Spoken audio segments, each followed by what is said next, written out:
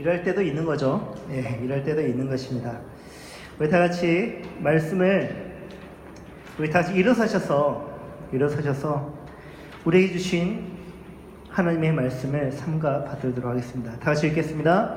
하나님이 이 모든 말씀으로 말씀하여 이르시되 나는 너를 애굽 땅 종되었던 집에서 인도하여 낸 내 하나님 여호와니라. 너는 나 외에는 다른 신들을 내게 두지 말라.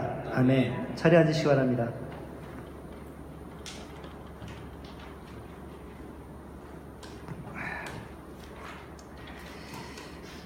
예전에 제가 친구들과 함께 대화를 나누다가 제가 이런 말을 한 적이 있어요. 그런 분위기가 어떤 분위기였냐면, 참 돈 많은 사람들 좋겠다, 돈 많았으면 좋겠다, 저 높은 자리에 있는 사람들 참 부럽다. 그 허영을 꿈꾸고 있는 친구들의 모습을 보고 제가 이런 말을 했습니다.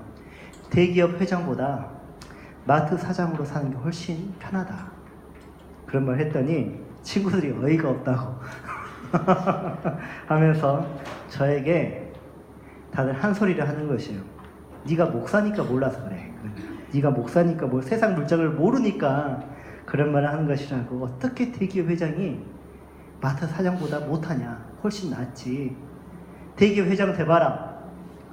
맨날 좋은 것만 먹고 좋은 곳 입고 다니고 골프 치러 다니고 좋은 집에 살고 일은 직원들이 다 알아서 할 것이고 얼마나 좋고 편하냐. 그런 말을 하는 것이에요. 제가 이런 말을 했어요. 속으로 이런 생각을 했습니다. 너희들은 정말 조직을 모르는구나. 조직을. 한 방송 프로그램에서 제가 대기업 회장의 하루의 삶을 조명하는 그런 모습이 그 프로그램이 있길래 제가 그것을 보았습니다. 두산그룹의 박용만 회장의 아침부터 저녁까지, 그러니까 대기업 회장의 하루의 삶, 일거수일투족을 카메라에 담아서 회장의 삶이 어떠한 삶인지 조명하는 것을 제가 보았습니다. 대부분의 사람들은 대기업 회장은 쉬울 거라 생각합니다. 쉽고 편할 거라 생각하고 좋을 거라고 생각하죠. 그러나 회장의 삶은 아무나의 것이 아니었습니다. 회장의 삶은 항상 옳아야 하고요, 항상 잘해야 하고요, 항상 곧아야 하고 항상 깊고 넓어야 합니다. 이게 대기업 회장의 자질이에요. 조직의 리더로서 조직원을 대하는 자신의 신념을 그가 이렇게 말을 했습니다.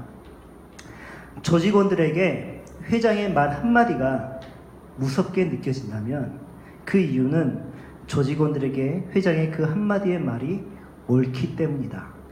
그런데 회장의 말이 옳지 않으면 조직원들은 회장을 두려워하지 않는다. 그런 말을 했습니다. 또한 그는 리더로서 가지는 가장 힘든 수행 중에 하나가 바로 이거라고 했습니다.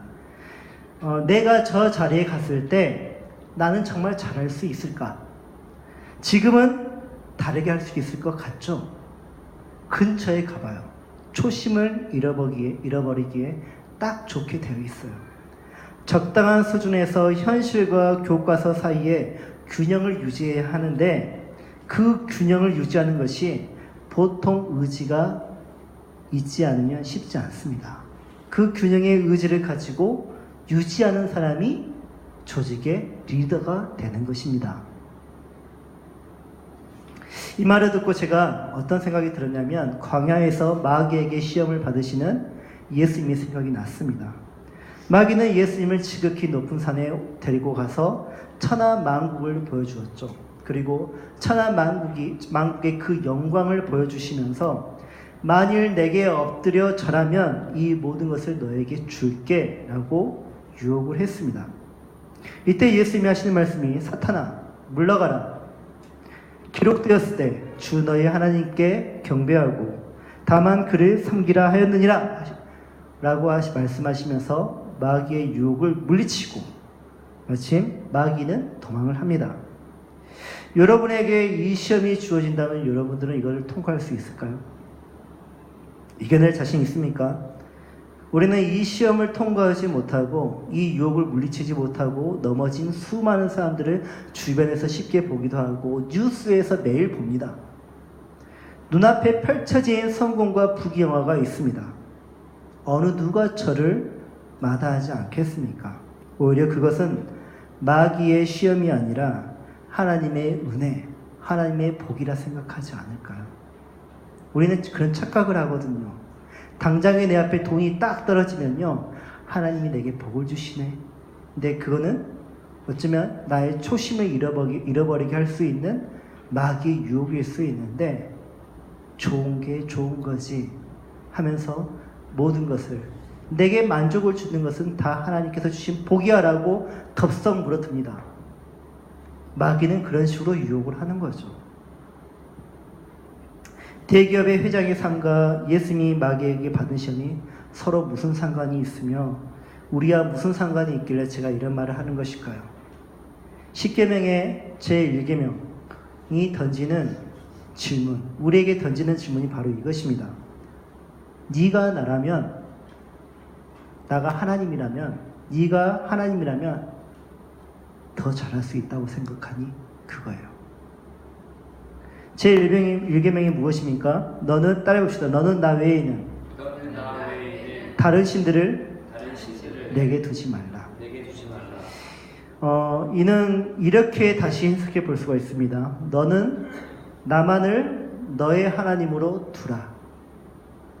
이처럼 하나님은 제1계명을 통해서 우리에게 마음과 영혼을 다 달라고 요구하십니다. 즉 우리의 이성과 의지와 감정뿐만 아니라 그것들과 어울리는 그 모든 활동까지 하나님께 다 달라고 우리에게 요구하고 계셔요. 말도 안 되죠. 솔직히 말해서 말도 안 되죠.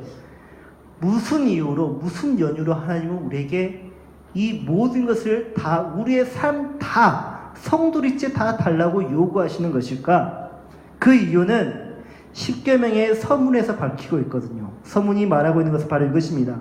하나님이 애굽 땅에서 종되었던 우리를 구원하신, 구출해내신 구원의 주이시기 때문입니다.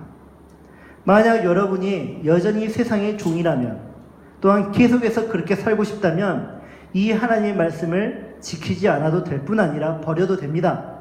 그러나 이제 더 이상 세상의 종이 아니라 하나님께 구원받은 백성으로서, 종으로서 살고자 한다면 여러분은 반드시 여러분의 구원의 주이신 하나님의 계명을 지킬 이유가 있습니다. 왜냐하면 하나님만이 여러분의 복이 되시고 유일한 주권자가 되시며 만왕의 왕이시고 만주의 주이시기 때문입니다. 그렇다면 우리의 이성이 지켜야 할 의무는 무엇일까? 하나님을 아는 것이에요. 우리의 이성은 정말 온 힘을 다해서 하나님을 알아야 합니다. 우리는 확신에 찬 자기 설득이자 굳건한 신뢰인 믿음을 갖기 위해서는 하나님을 알아야 합니다. 하나님을 알면서 믿음이 나오는 거지 그냥 확신으로 믿는 것이 아니에요. 지식에서, 알면서 그 믿음이 더욱더 굳건해지고 확신에 차는 것입니다. 어떻게 하나님을 알 수 있을까? 그분의 말씀과 행하신 일에서 하나님이 자신을 나타내신 것에 따라서 그분을 믿을 때 우리는 하나님을 제대로 알 수가 있는 것이죠. 둘째, 그렇다면 우리의 의지가 행할 의무는 무엇인가? 바로 주님만을 나의 분깃으로 삼아 그분을 영원히 따르는 것입니다. 분깃은 영어로 포션이라고 하죠. 몫이라 할 수도 있고요. 하여튼 재산이 되기도 합니다. 주님만이 나의 전부가 되셔야 된다는 것이에요. 시편 119편 기자가 이런 시를 적었습니다. 여호와는 나의 분깃이시니 나는 주의 말씀을 지키리라 하고 자신의 믿음의 의지를 표현합니다. 우리는 마음을 다하고 뜻을 다하고 힘을 다하여 내 하나님을 사랑합니다. 나의 하나님을 믿습니다. 라고 그 믿음의 의지를 표현할 줄 알아야 된다는 것이죠. 셋째, 그렇다면 우리의 감정이 행할 의무는 무엇인가? 우리는 마음과 뜻과 힘을 다하여서 주님을 사랑하고 있음을 감정을 움직여서 표현할 줄 알아야 돼요. 무엇보다 주님으로 인하여서 가장 기뻐하고 즐거워할 줄 알아야 합니다. 또한 주님을 거스르는 것이 있으면, 주님의 그런 율법을 거스르고 주님의 뜻을 거스르는 것이 있으면 그것을 가장 불편해하고 두려워할 줄 알아야 합니다. 주님을 금신시키는 것이 있다면 그것을 인하여서 슬퍼할 줄 알고 하나님의 영광을 위하여서 사는데 큰 열심을, 노력을 다할 줄 알아야 된다는 것이에요. 앞서 말했듯이 제1계명은 하나님이 우리에게 마음과 영혼을 다 달라고 요구하고 계십니다. 그래서 하나님은 제사법을 통하여서 우리에게 그것을 늘 상기시키셨어요. 우리는 제사를 드리지 않아요, 지금. 하지만 이 말씀만은 꼭 기억합니다. 하나님을 사랑할 때 어떻게 사랑하라고요? 마음과 뜻과 힘을 다하여서, 목숨을 다하여서 주 너희 하나님을 사랑하라. 또한 이웃도 그렇게 사랑하는 것이라 하죠. 왜? 좀 요약을 하자면, 왜 우리의 목숨을 다하여서, 왜 마음을 다하여서, 왜 힘을 다하여서 주 너희 하나님을 사랑하는 것인가? 이것과 구약의 제사법은 무슨 상관이 있는 것인가? 희생제사, 그러니까 동물을 가지고, 짐승을 가지고 하나님께 희생제사를 드리지 않습니까? 그때 이제 그 짐승을 바로 불에 태우는 것이 아니라 죽이고 나서 피를 분리시키고 내장을 분리시키고 기름을 분리시키고 그리고 고기를 각떠서 하나님께 드리던가, 또는 그것을 제사장이 먹거나, 또 화목제 같은 경우는 그것을 드린 제사자가 먹기도 합니다. 근데 절대 제사장이 취할 수도 없고 제사를 드리는 본인도 취할 수 없는 것이 있으니, 오직 하나님께 드려야만 하는 것이 있으니 바로 피와 그리고 내장과 기름이에요. 왜? 피는 곧 생명을 의미하거든요. 그리고 내장은 마음을 상징하거든요. 그리고 기름은 힘을 상징하거든요. 그래도 조금 더 기름이 많은 사람들이 힘이 센 걸 알죠, 여러분? 기름은 곧 힘입니다. 낙타가 기름이 많은 이유가 바로 거기에 있어요. 여러분, 그래서 하나님은 힘과 목숨과 힘과 마음을 다하여서 주 너희 하나님을 사랑하라. 제사법을 통해서 늘 그걸 상기시키셨어요. 우리는 그것을 알아야 하고. 근데 우리는 이렇게 생각을 합니다. 다 드리면 우리에게 무엇이 있습니까? 다 드리고 나면, 하나님이 다 가져가시면 우리는 왜 살아야 합니까?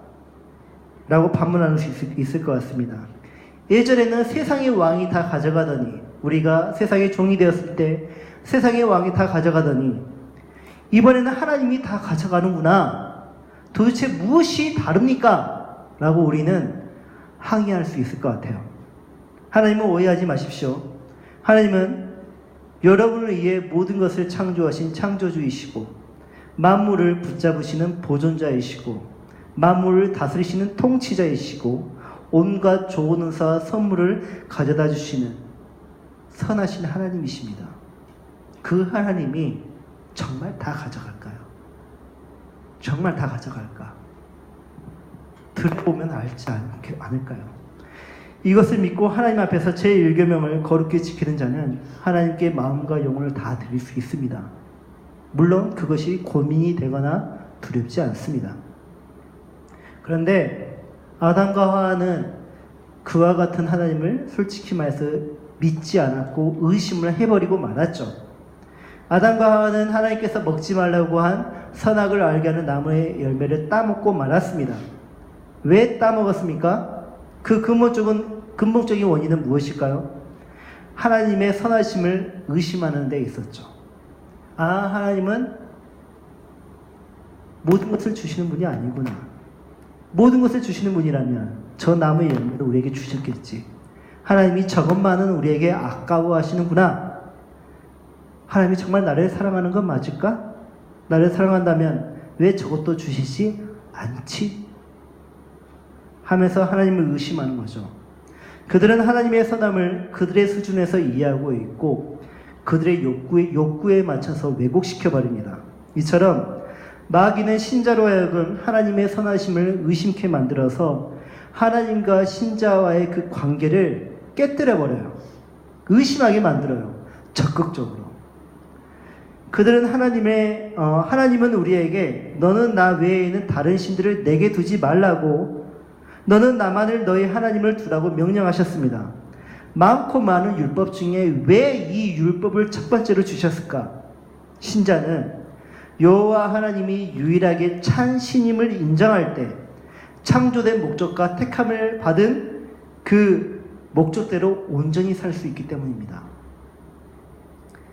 그리스도인에게 필요한 덕목인 자기 부인, 포기하는 거죠. 자기 부인의 기본은 바로 이것을 아는 것부터 시작돼요. 우리는 여호와 하나님 위에 그 무엇도 제일 근원으로 여기지 말아야 합니다.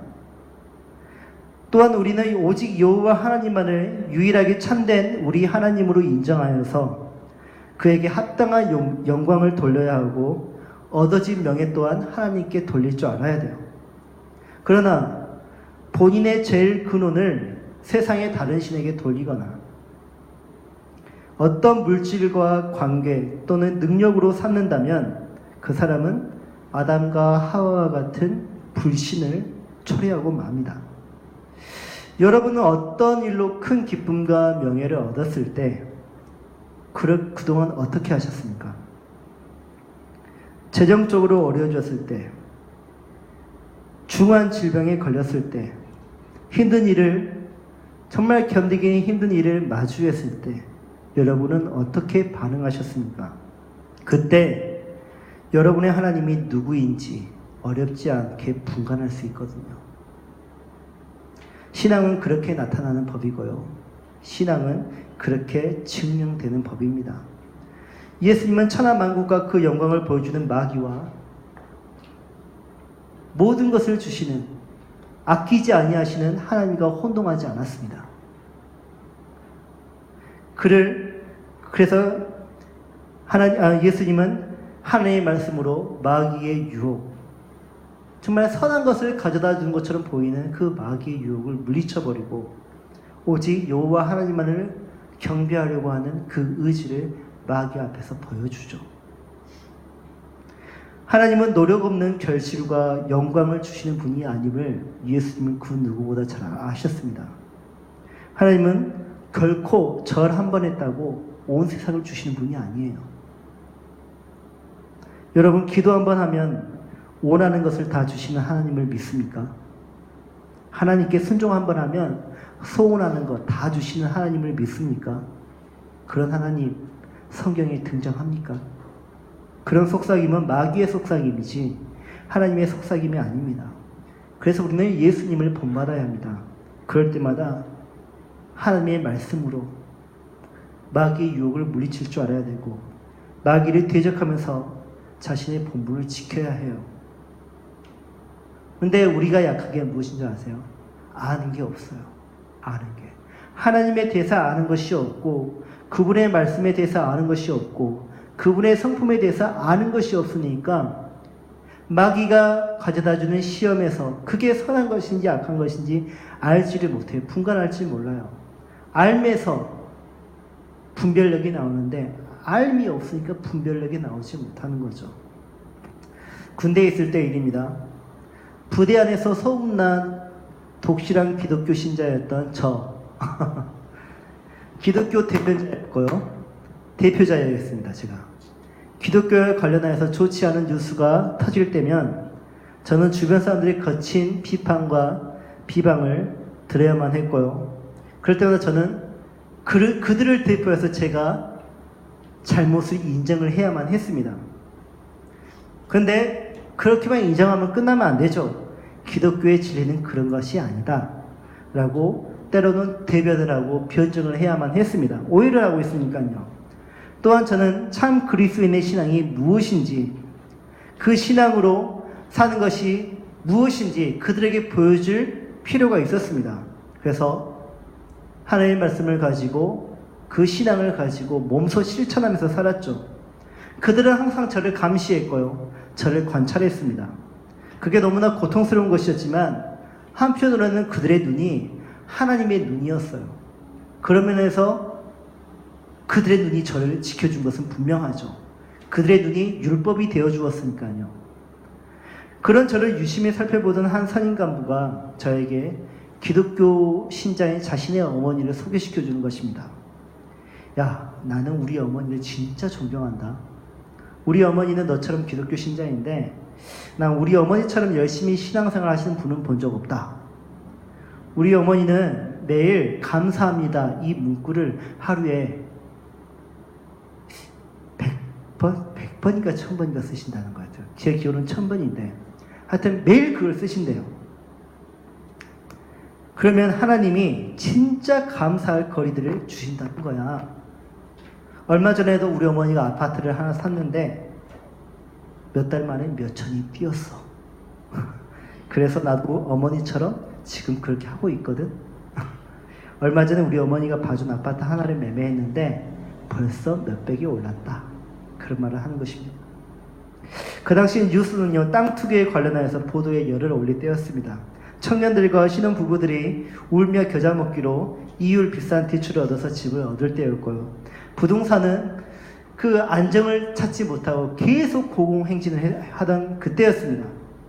누군가가 그렇게 부동산으로 고통받고 있을 때, 울고 있을 때 시세 차익을 얻은 한 신자가 하나님께 감사 기도를 드리고 있어요.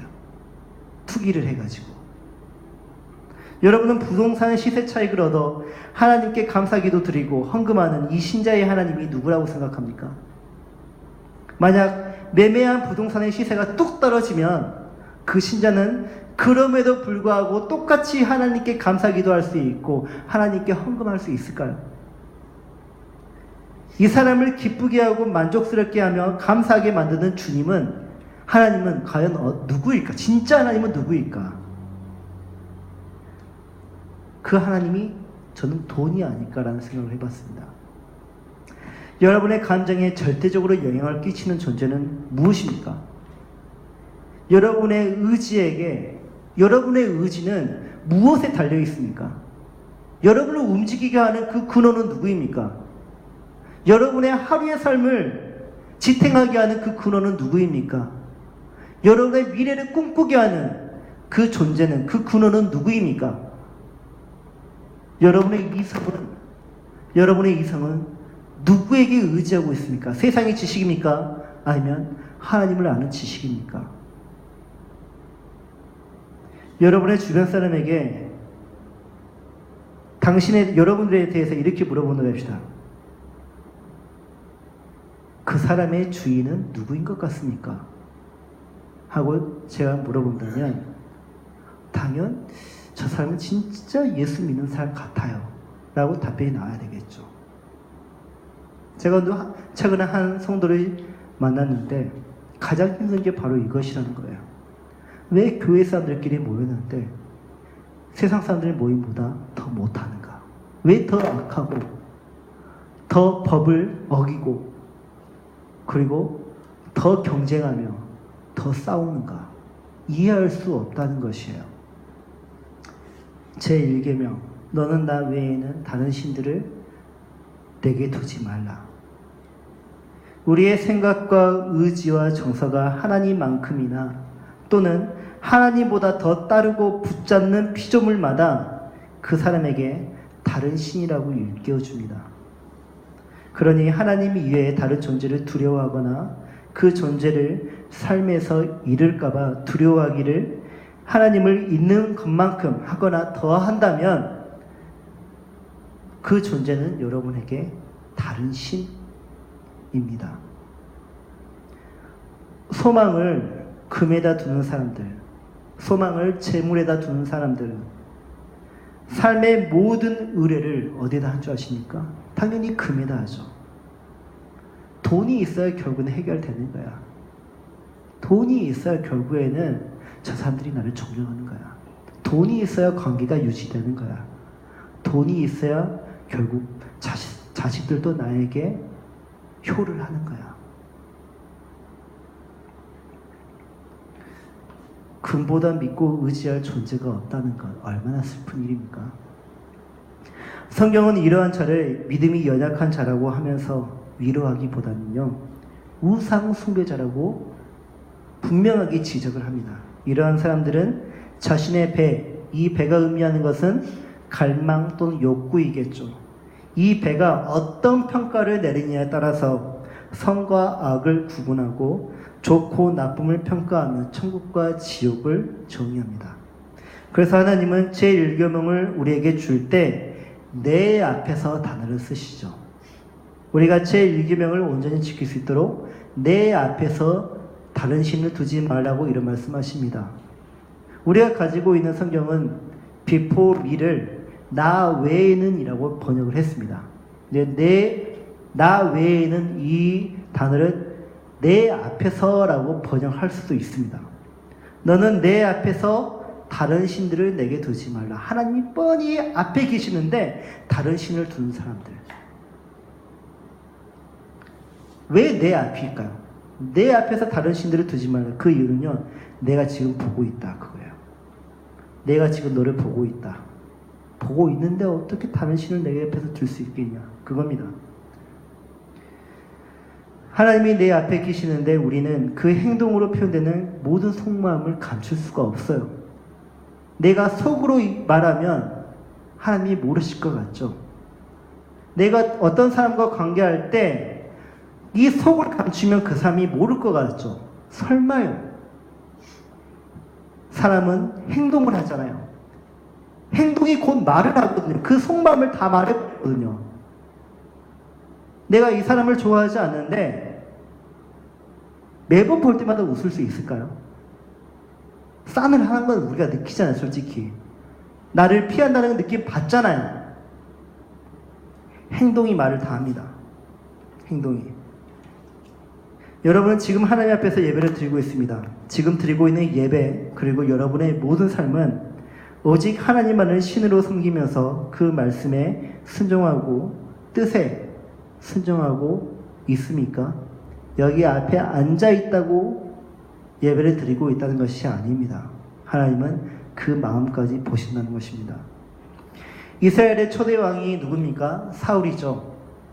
사울은 왕이었지 제사장도 아니고 선지자도 아니었습니다.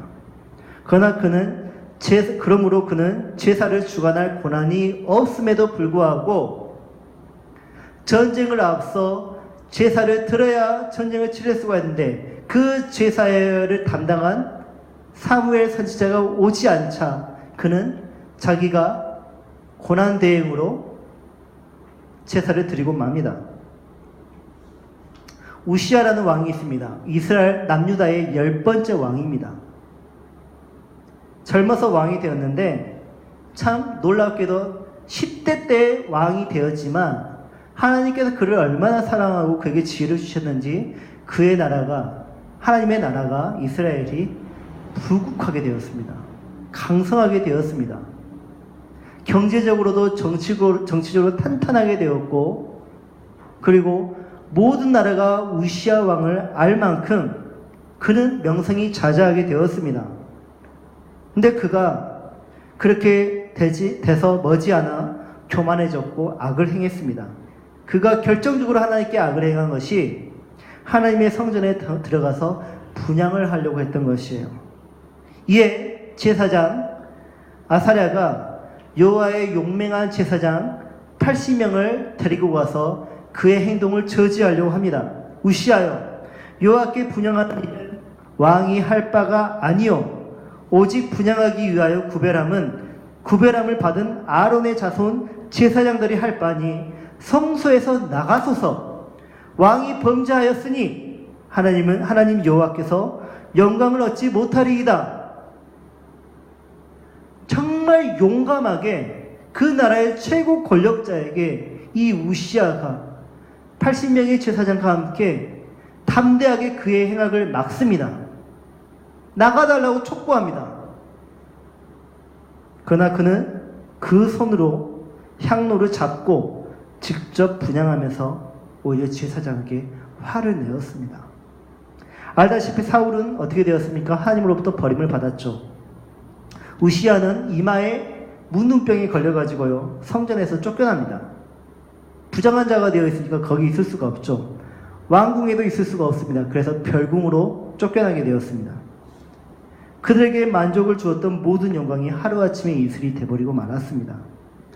우리는 하나님을 가볍게 여기는 죄가 얼마나 하나님 앞에서 큰 죄악인지 그들을 통해서 교훈을 얻을 수 있습니다.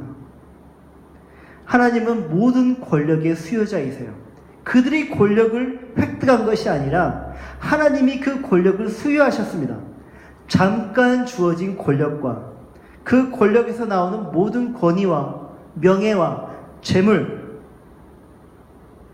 그것들을 하나님보다 더 높이려고 하는 모든 행위는 하나님께서 얼마나 어리석은 행위인지 우리는 그들을 통해서 교훈을 얻을 수 있습니다. 2013년 서울의 한 교회에서 10개의 교회가 공동으로 주최하여서 추모 예배를 드렸습니다. 누구를 위한 추모로 예배였냐면 박정희 대통령이었습니다. 박정희 전 대통령은요, 그리스도인의 신앙과 아무 상관이 없는 사람이에요.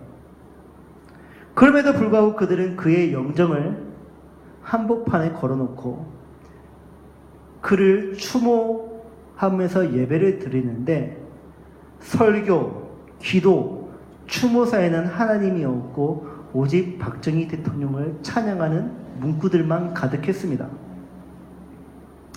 성남시의 한 교회에서, 대형교회입니다. 성남시의 한 교회에서 담임 목사가 한국에서 출판한 책이 있었는데 그걸 중국어로 번역을 해서 낸 출판 기념회가 있었어요. 별거 아니에요, 솔직히.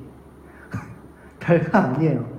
그런데 그 출판 예배가 어디 있습니까, 솔직히?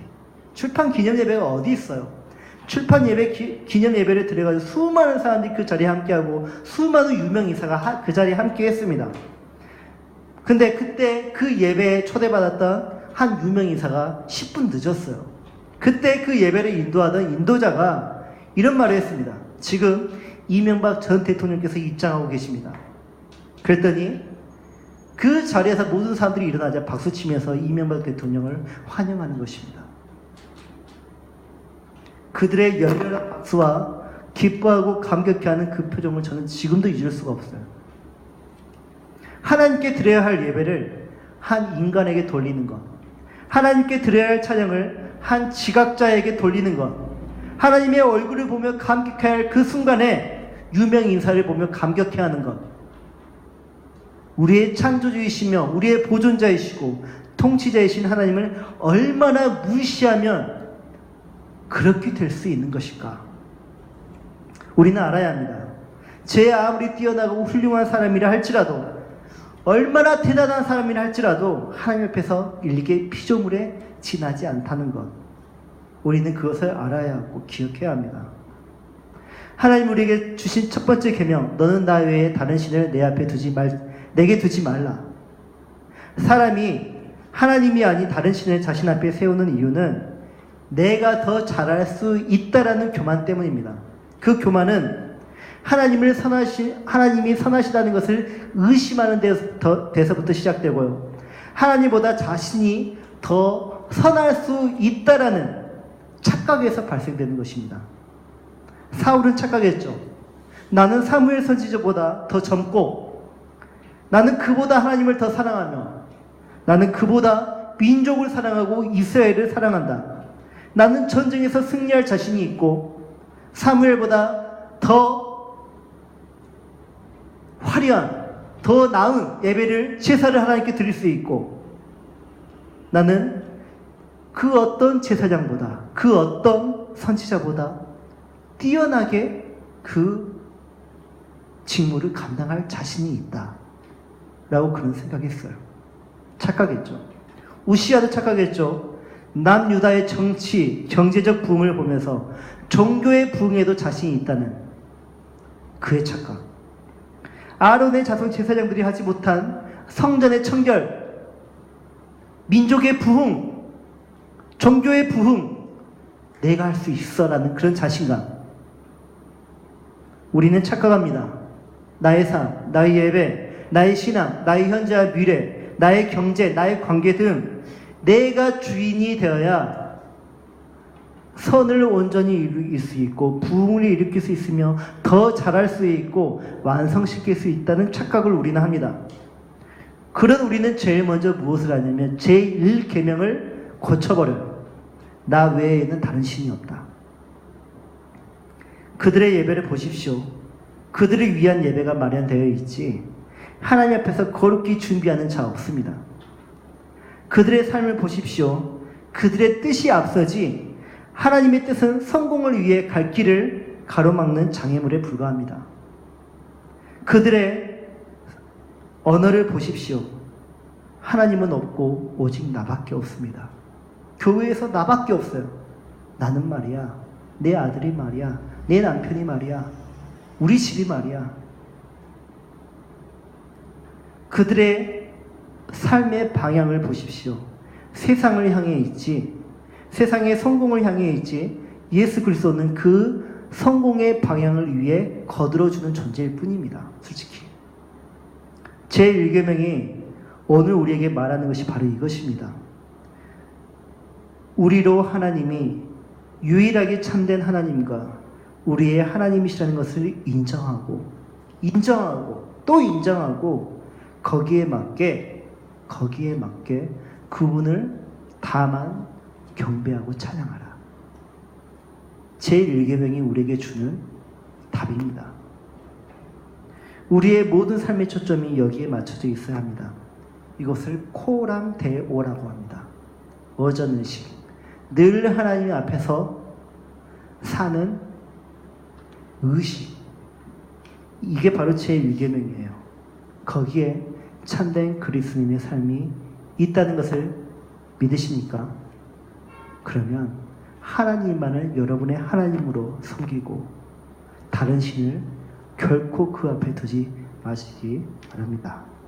우리 다 같이 이 말씀에 의지하여서 이 세상에 금신된 일이 많고 이 찬양을 올려드리고 하나님께 기도드리도록 하겠습니다.